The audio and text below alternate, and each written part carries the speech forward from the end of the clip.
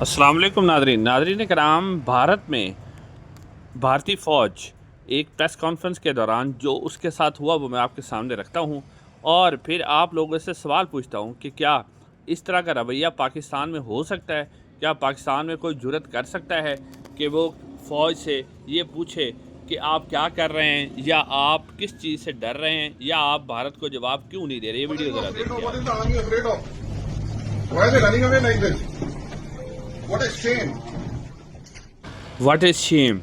ये भारत का DGI-SPR था, वो प्रेस कॉन्फ्रेंस कर रहा था तो सहाफ़ियों ने उससे तेज़ और तंज सवालात किए जिसके वो जवाब ना दे सका और वहाँ से भाग गया।